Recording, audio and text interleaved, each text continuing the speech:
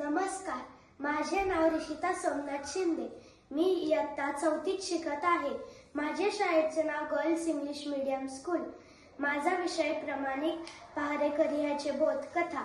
एकदा शिवाजी महाराज तोरण्याहून राजगडाकडे जायला निघाले होते. राजगड अजून खूप दूर होता, पण दिवस मावळायला खूप कमी अवधी राहिली होती. राजगडावर पोहोचणं शक्य नव्हता. महाराजांनी वाटेत असलेल्या एका गडाच्या किल्ल्यावर मुक्काम करण्याचा निर्णय घेतला.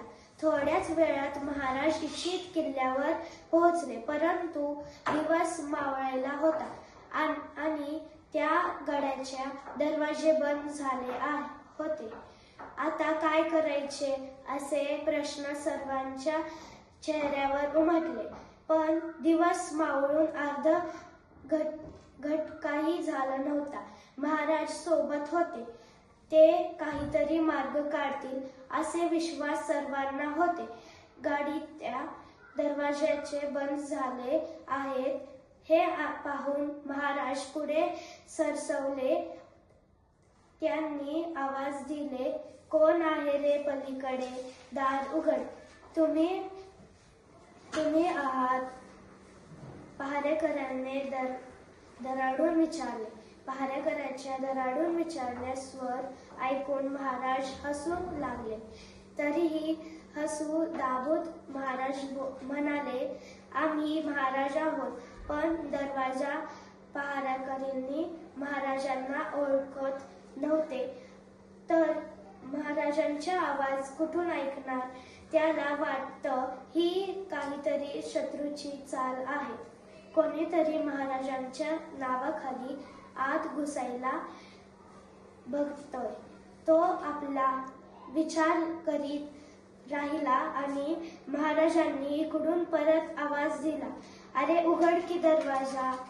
तुम्ही कोण भी असो, पण दरवाजा उघडायचा नाही जमणार. पण असा शिवाजी महाराजांचा हुकूम आहे आणि आमचं महाराज काय भी झाला तरी स्वतःचा हुकूम स्वतः कधीच मोडत सांगत नाही असं समधी म्हणतात.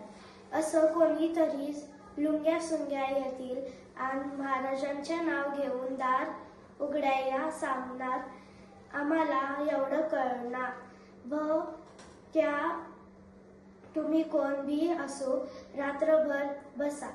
दिवस उजडायला लागला बघू. महाराजांनी अख्खी रात्र आपली सोबत बाहेरच काढली. सकाळ झाली, गडला जाग आली. पहारेकऱ्यांच्या रात्र पाहून दारीत असलेल्या पाहिले. त्यांनी नीट चौकशी करता जेव्हा पहारेकरी कळालं की ज्यांना आपण रात्र आवडलो ते खरोखरच महाराज होते, तेव्हा मात्र त्याचे धोप धावले.